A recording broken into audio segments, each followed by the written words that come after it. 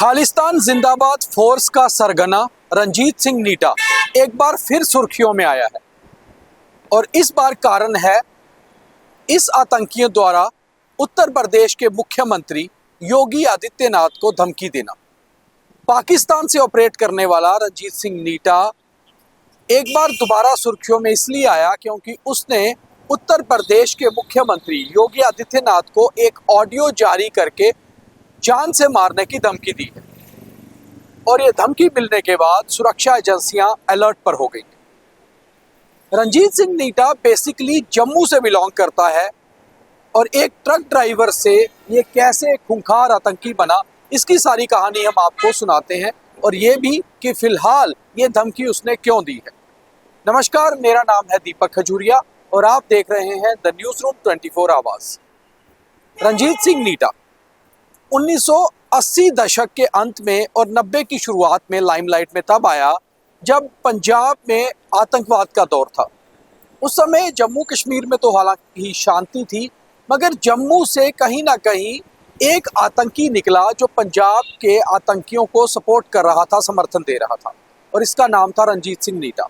इसने खालिस्तान जिंदाबाद फोर्स नाम से एक आतंकी संगठन भी बनाया था और 88 से लेकर 91 तक जम्मू से पठानकोट जाने वाली बसों और ट्रेन पर कई बार हमले की कोशिश की गई और कई बार हमले भी हुए। इन सब के पीछे नीटा का हाथ था।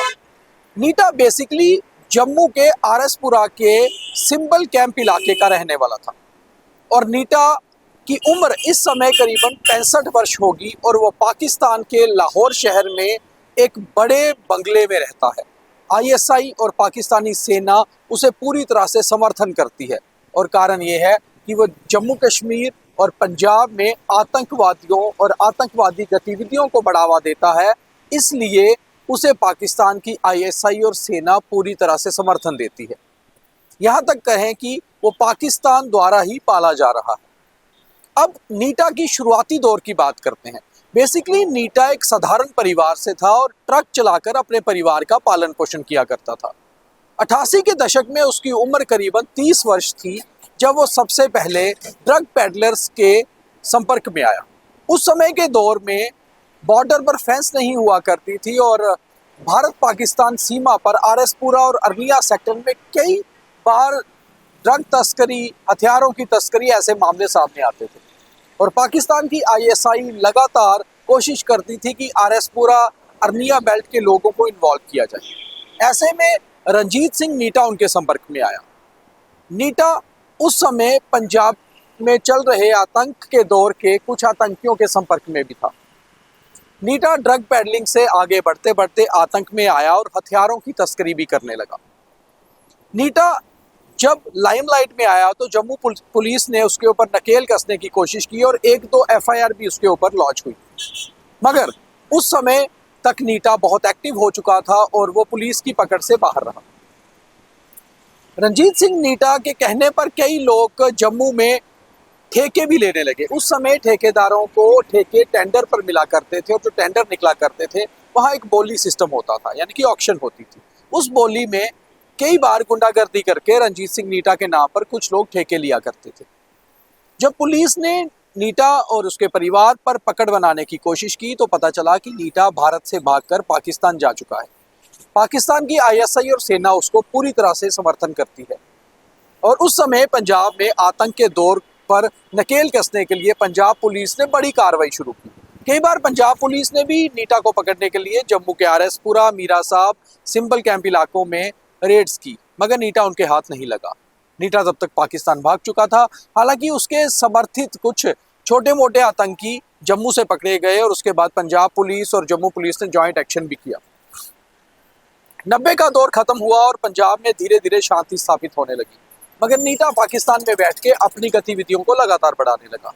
बीच में नीटा कश्मीर के आतंकियों के संपर्क में भी रहा और 90 के दशक में जब कश्मीर में आतंक का दौर शुरू हुआ और तो हिजबुल मुजाहिदीन या लश्कर-ए-तोयबा के कुछ आतंकियों के संपर्क में भी नीटा आया और उसने कई बार कश्मीरी आतंकियों को भी सपोर्ट किया। पाकिस्तान से बैठ के ऑपरेट करने वाला नीटा लगातार कोशिश कर रहा था कि जम्मू में आतंकवाद की नई रिक्रूटमेंट की जाए। ऐसे में 90 का दौर जब तक खत्म हुआ, जम्मू कश्मीर में चुनाव हो चुके थे, 96 में नई सरकार बन चुकी थी और यहाँ भी आतंक के ऊपर नकेल कसा जा रहा था। मगर कहीं ना कहीं नीटा पाकिस्तान की सेना और आईएसआई के सपोर्ट के साथ अपनी आतंकी गतिविधियों को आगे बढ़ाने के लिए अपने गुर्गों को तैयार करने में लगा हुआ था।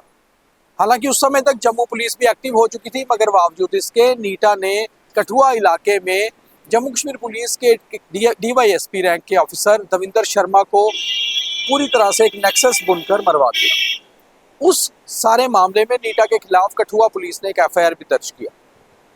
उसके बाद 2002 में नीटा का एक समर्थित आतंकी जम्मू से पकड़ा भी गया।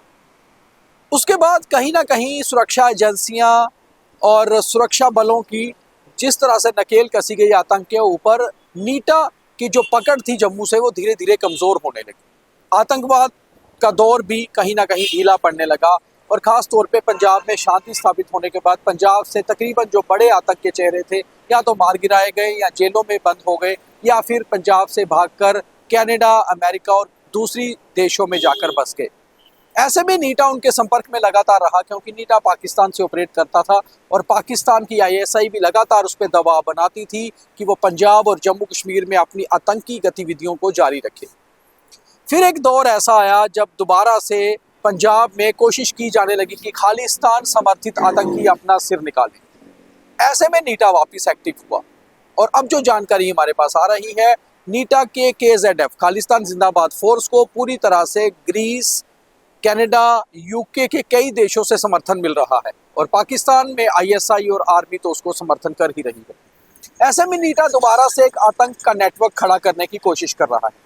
जम्मू से बिल्कुल भी समर्थन नहीं मिलने के बाद नीटा ने अपना सारा नेक्सस और सारा फोकस पंजाब में कर दिया। ऐसे में पंजाब में कुछ नई रिक्रूटमेंट करके नीटा कोशिश कर रहा है कि पूरी तरह से उत्तर भारत के जितने भी बड़े राज्य हैं वहाँ कुछ ना कुछ आतंकी गतिविधियों को बढ़ाया जाए। ऐसे ही एक मामले में नीटा की समर्थन में आए KZF के नई रिक्रूटमेंट के आतंकियों ने गुरदासपुर के एक थाने पर ग्रेनेड हमला किया था।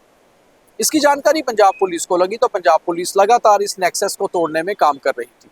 पंजाब के डीजीपी गौरव यादव ने साफ शब्दों में कहा था कि खालिस्तान जिंदाबाद फोर्स हो या बाकी खालिस्तान समर्थित आतंकी, पंजाब पुलिस लगातार उन्हें तोड़ने के लिए काम कर रही है। ऐसे में पंजाब से भागकर वो आतंकी उत्तर प्रदेश में चले गए और कुछ ही दिन पहले उत्तर प्रदेश पुलिस और पंजाब पुलिस ने एक जॉइंट ऑपरेशन में 3 खालिस्तान जिंदाबाद फोर्स के आतंकियों को मार गिराया। ये आतंकी पहली बार ऐसा हुआ था कि उत्तर प्रदेश में पंजाब खालिस्तान फोर्स के आतंकी मारे गए हैं। जब KZF के आतंकी उत्तर प्रदेश पुलिस द्वारा मारे गए तो कहीं ना कहीं नीटा का पारा चढ़ गया। उसे ये लगा कि उसके द्वारा वापस आतंकवाद को खड़ा करने की जो कोशिशें हैं उसके ऊपर पुलिस लगातार घात कर रही है। ऐसे में उसने एक ऑडियो जारी करके सीधे उत्तर प्रदेश के मुख्यमंत्री योगी आदित्यनाथ को ही धमकी दे डाली।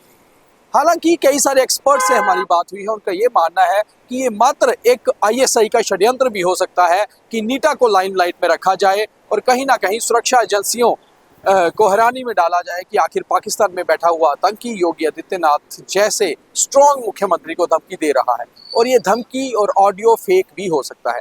मगर सुरक्षा एजेंसियां कोई चांस नहीं लेना चाहती, इसलिए पूरी तरह से अलर्ट पर है और इस सारे मामले की जांच की जा रही है। उस ऑडियो की भी जांच की जा रही है कि क्या वो रंजीत सिंह नीटा द्वारा ही जारी किया गया है या फिर कोई फेक ऑडियो है। मगर कुछ भी हो, पंजाब से शुरू से आतंकी गतिविधियां शुरू करने वाला, पाकिस्तान में बैठा हुआ जम्मू का रहने वाला आतंकी रंजीत सिंह नीटा बेसिकली सुर्खियों में आया है और उसका कारण है योगी आदित्यनाथ जैसे मुख्यमंत्री को धमकी देना। खैर, ये सारा जांच का विषय है और इसके ऊपर सुरक्षा एजेंसियां, पंजाब पुलिस और उत्तर प्रदेश पुलिस अपनी अपनी तरह से जांच कर रही है। मगर पंजाब आतंक का बड़ा चेहरा जो था तो जम्मू कश्मीर से, मगर पाकिस्तान के समर्थन से पाकिस्तान में बैठकर पूरी तरह से ऐशो आराम भरा जीवन जी रहा है रंजीत सिंह नीटा एक बार दोबारा सुर्खियों में है और सुरक्षा एजेंसियां अलर्ट पर है, क्योंकि ऐसा वीडियो या ऐसा ऑडियो जारी होना सुरक्षा एजेंसियों को कहीं ना कहीं हिलाता है। तो कुल मिलाकर आतंक एक बार दोबारा से एक नए चेहरे के रूप में सामने आ रहा है, मगर भारतीय एजेंसियां पूरी तरह से अलर्ट पर भी। तो ये थी सारी कहानी योगी आदित्यनाथ को धमकी देने वाले रंजीत सिंह नीटा की, जो जम्मू से आता है और जम्मू पुलिस भी इस सारे मामले को लेकर अलर्ट पर। उम्मीद है आपको ये सारी कहानी, सारी स्टोरी अच्छी लगी होगी। अगर बेहतर लगी है तो इसे ज़्यादा से ज़्यादा शेयर करिए, लाइक करिए। हमारी कोशिश रहती है कि जो भी खबर हो उसकी डिटेल में जाकर आपको पूरी तरह से हर चीज़ को समझाया जाए। बहुत धन्यवाद।